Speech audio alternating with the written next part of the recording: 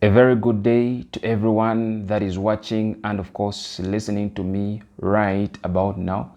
This is good news, and this good news is going to help you. Some of you, there are situations that are trying to take away your testimony. There are things that you've surrounded yourself with that are trying to make you look weak, and yet you are not weak. There are people that actually try to discourage you. Whatever you try to do, they are always there at the end to discourage you. But I want to tell you one thing. Change focus. Do not be surrounded with people that are negative. People that are always pitiful. People that are always speaking things that will not build you up. Surround yourself with great people. It will help you bring the greatness in you. Iron sharpens iron. If you get a good tomato and place it in bad tomatoes, the good tomato will be affected by the bad tomatoes. It will also rot. So be very careful where you find yourself. Brothers and sisters, your testimony is very important. No matter how many people say bad about your testimony, stand on your testimony. The Bible says it this way in the book of Revelations.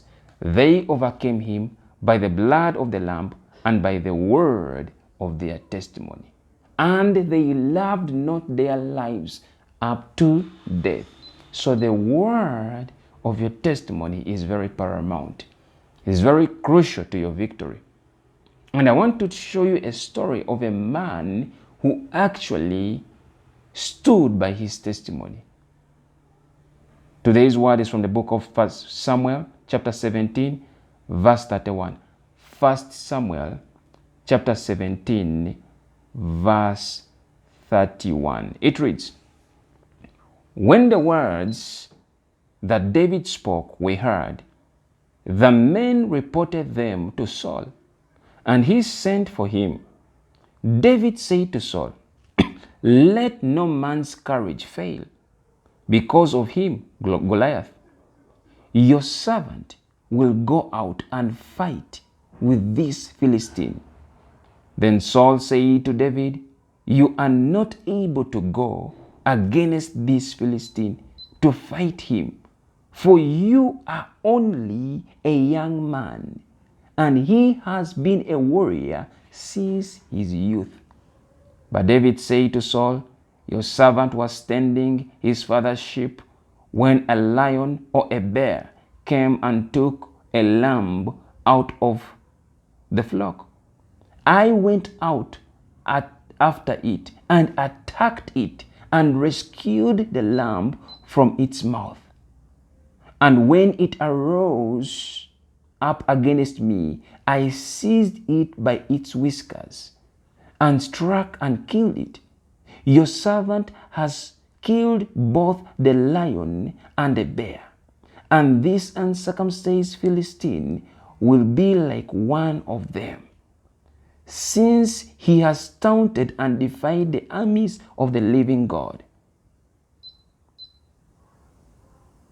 David said, "The Lord who rescued me from the power of the lion and from the power of the bear, he will rescue me from the hand of this Philistine." And Saul said to David, "Go, and may the Lord be with you." My goodness, what a very powerful word. A word was brought to the king, King Saul, of what David had spoken. Because David was willing to go and attack and kill Goliath. Everyone in Israel was afraid of Goliath. Goliath was known as a champion of Gath, undefeated in all his battles. Imagine going up against an undefeated champion, a giant. A giant. What David said to Saul, let no man's courage fail because of Goliath. Let no man's courage fail. He said that I will go and fight him. But Saul, when he looked at David, he said, you are not able. David was judged. It is amazing at how many people judge you. Before you actually perform a task, so many people judge you.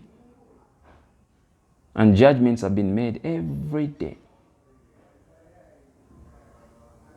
Why was David judged? Because he was a young man. And because Goliath was a warrior since his youth, undefeated. David had a testimony. He said, your servant, when he was tending his father's sheep, he was able to kill a lion and a bear. That is the testimony. Goliath had never killed a lion. Goliath had never killed a bear. He was always killing people. But for David, he had killed a lion. That means there was greatness in David. Never despise your size. You see, before you were declared a champion in a ring, you are already a champion outside. When you get to the ring, you are just recognized as a champion. The people then recognize that you're a champion. But you have always been a champion. David was a champion, but he had never gotten an opportunity to be recognized in public. He had never gotten the opportunity. But he presented his testimony that he had defeated a lion. The Bible says that the devil moves around like a roaring lion, seeking for whom to devour. The Bible likens the devil to a lion. He moves. He is not a lion, but he mimics the lion. To cut the long story short, when you read the story, you realize that David was able to defeat Goliath. Why? His testimony. What is your testimony? Some of you want to jump onto that big project without starting with these small projects. We always start small. Have you heard of a saying that says, never despise the day of small beginnings? Never. It is from those small beginnings that you learn, and they will propel you to those big things that you are looking forward to. I am running out of time, but I have not run out of good news. I always love these words. And if you have been blessed by this word, please send me a message. Until next time, shalom.